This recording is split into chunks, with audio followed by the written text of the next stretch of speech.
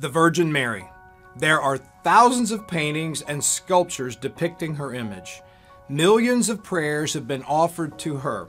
Churches and cathedrals have been built in Mary's name. Choirs have sung soaring choruses to her. At this time of year, people even put images of her on their front lawns. Yet, for all of the adulation heaped upon her, Mary was once viewed by some as immoral, with little hope for the future. She was found pregnant before she was officially married to her betrothed husband Joseph. This was not socially accepted, and Mary, no doubt, was the recipient of judgment and disapproval. Through no fault of her own, she was marginalized. And I can only imagine how often she felt hurt and lonely from the rejection and judgment. While visiting her cousin Elizabeth, Mary was reminded that she was the recipient of the Lord's favor. The child she carried was the Lord and Savior of all humanity. This good news filled Mary with joy, and in Luke 1:46-55, we read her song. My soul glorifies the Lord, and my spirit rejoices in God my Savior, for he has been mindful of the humble state of his servant. From now on, all generations will call me blessed, for the Mighty One has done great things for me. Holy is his name. His mercy extends to those who fear him from generation to generation. He has performed mighty deeds with his arm. He has scattered those who are proud in their inmost thoughts.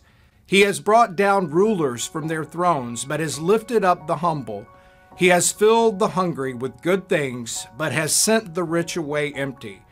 He has helped his servant Israel, remembering to be merciful to Abraham and his descendants forever, just as he promised our ancestors. Before he was even born, Jesus was rewriting Mary's story, turning a tale of reproach into a tale of rejoicing.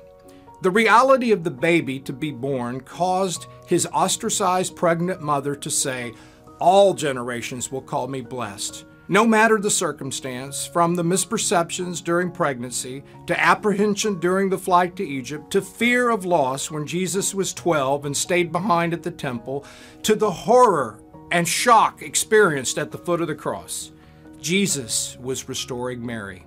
And when she went through that inexpressible glory of the empty tomb on Easter morning, she was filled with joy.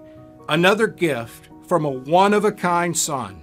Arguably, Mary was the first to experience the restoration Christ would bring to all humanity. The next time you hear the name Mary or see an image of her, think about the restoration and renewal that Jesus brought her and brings you.